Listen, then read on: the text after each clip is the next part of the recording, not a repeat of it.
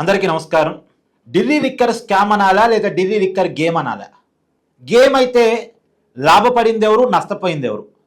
ఇప్పుడు గేమ్ అనే పదాన్ని ఎందుకు వాడుతున్నానంటే, ఢిల్లీ లిక్కర్ స్కామ్ నిజం అనుకోండి, మరి నిరూపించలేకపోయిందిగా.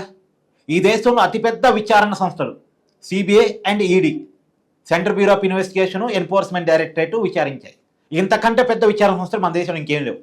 అవి విచారించాయి, సంవత్సరాల తరబడి విచారించాయి, కానీ కోర్టు ముందు నిరూపించలేకపోయాయిగా.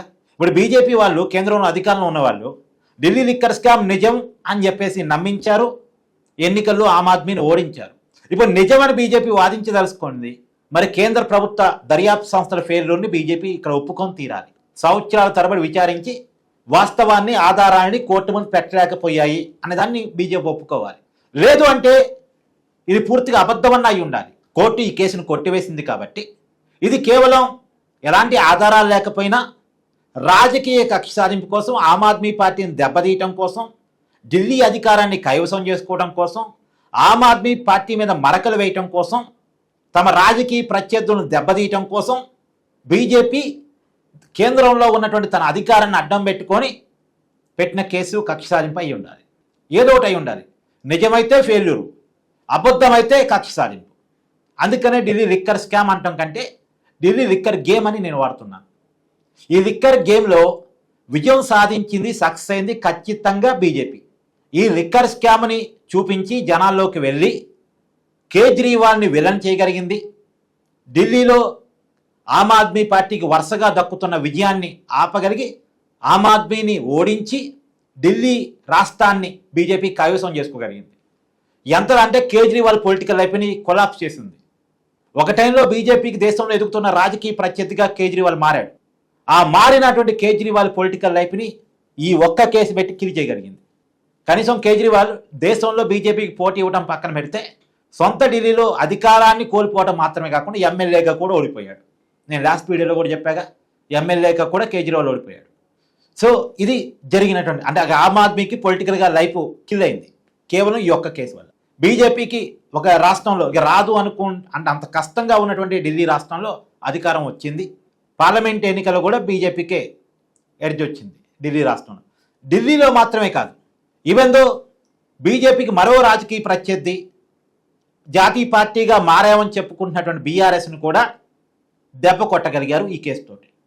కేసీఆర్ కూతురు కవితను అరెస్ట్ చేయడం ద్వారా బీఆర్ఎస్ పార్టీని, కేసీఆర్ కుటుంబాన్ని తమ దారికి తెచ్చుకున్నారు. చివరికి కేసీఆర్ కుటుంబం ఢిల్లీ బీజేపీతో రాజీ పడాల్సిన పరిస్థితి. ఎందుకంటే కవితపై తిహార్ జైల్లో ఉంది. ఇంకా చాలా రకమైనటువంటి ఆరోపణలు బీఆర్ఎస్ పార్టీ నాయకత్వం మీద, కేసీఆర్ కుటుంబం మీద ఉన్నాయి. అసలే రాష్ట్రంలో అసెంబ్లీ ఎన్నికల్లో ఓడిపోయింది అప్పటికే బీఆర్ఎస్. సో ఆ పరిస్థితుల్లో బీఆర్ఎస్కి, కేసీఆర్ కుటుంబానికి రాజీ పట్టడం తప్ప వేరే మార్గం లేదు. ఈ పరిస్థితిని బీజేపీ క్రియేట్ చేసింది. ఆ క్రియేట్ చేయడానికి ఫస్ట్ పునాదేసింది ఈ కేసుతోనే.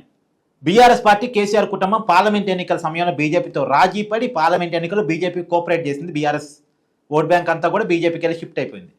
బీఆర్ఎస్ సీరియస్ తీసుకోకపోవడం ఫలితంగా పార్లమెంట్ ఎన్నికల్లో కూడా బీజేపీ, మోడీ, అదే కాంగ్రెస్ వర్సెస్ బీజేపీగా ఎన్నిక మారటం ఫలితంగా ఓటు కూడా కాంగ్రెస్ వర్సెస్ బీజేపీగానే పోయింది. బీజేపీ లబ్ధి పొంది 8 పార్లమెంటు స్థానాలను తెలంగాణలో సంపాదించగలిగింది. అసెంబ్లీ ఎన్నికల్లోనేమో కేవలం 8 అసెంబ్లీ స్థానాలు వచ్చాయి. పార్లమెంట్ ఎన్నికల్లో మొత్తం ఉన్నటువంటి 17 పార్లమెంటు స్థానాల్లో 8 పార్లమెంటు స్థానాలు కాంగ్రెస్కి వస్తే సమానంగా 8 పార్లమెంటు స్థానాలు బీజేపీ సంపాదించింది. పార్లమెంటులో 8 రావటానికి ఖచ్చితంగా బీఆర్ఎస్ కోఆపరేషన్ బీజేపీకి ఉంది. దానికి కారణం బీఆర్ఎస్ నాయకురాలు కవిత మీద ఆనాడు పడిన కేసు, తర్వాత ఇతర కేసులు కూడా భయం. సో బీజేపీ అంతిమంగా తెలంగాణలో 8 పార్లమెంటు స్థానాలని సంపాదించగలిగింది ఈ ఒక్క కేసుని చూపించేసి. తర్వాత ఢిల్లీలో అధికారాన్ని సంపాదించగలిగింది ఈ కేసుని కారణంగా చూపించి, కేజ్రీవాల్ని విలన్గా మార్చి. సో అంతిమంగా ఇక లబ్ధి పొందింది బీజేపీ. పూర్తిగా నష్టపోయింది మాత్రం కేజ్రీవాల్. కొంత నష్టం బీఆర్ఎస్ కూడా జరిగింది. పార్లమెంట్ ఎన్నికల వరకు బీఆర్ఎస్కి నష్టం జరిగింది. సరే, పార్లమెంట్ ఎన్నికల్లో బీఆర్ఎస్ నష్టపోయినా అది బీఆర్ఎస్కి పెద్ద విషయం కాదు. బీఆర్ఎస్కి అసెంబ్లీనే ఇంపార్టెంట్, తెలంగాణలో అధికారం అనేది ఇంపార్టెంట్, పార్లమెంట్లో సభ్యులు అనేది బీఆర్ఎస్కి పెద్ద ఇంపార్టెంట్ కాదు. సో అది బీఆర్ఎస్కు జరిగిన నష్టం కొంతవరకు అయితే, ఆమ్ ఆద్మీకి అయితే చాలా పెద్ద నష్టం జరిగింది. సో ఒక గేమ్ ఆడింది బీజేపీ, ఆ గేమ్లో సక్సెస్ అయింది. ఆ గేమ్లో సక్సెస్ కావడానికి కారణం చేతిలో ఉన్న అధికారం, కేంద్రంలో చేతిలో ఉన్న అధికారం ఉంది కాబట్టి వ్యవస్థలన్నీ వాళ్ళ చేతిలో ఉంటాయి కాబట్టి ఎంక్వైరీ సంస్థలు కేసు పెట్టాలనుకున్నప్పుడు పెట్టారు, స్పీడ్గా పోవాలనుకున్నప్పుడు పోయారు, స్లో అవదలుచుకున్నప్పుడు అయ్యారు. మొత్తానికి రాజకీయ ప్రత్యర్థుల్ని మట్టి గరిపించారు, వాళ్ళు కావాలనుకున్నది సాధించి పెట్టుకున్నారు. దీని మీద మీ అభిప్రాయాన్ని కామెంట్ రూపంలో తెలియజేయండి. Thank you.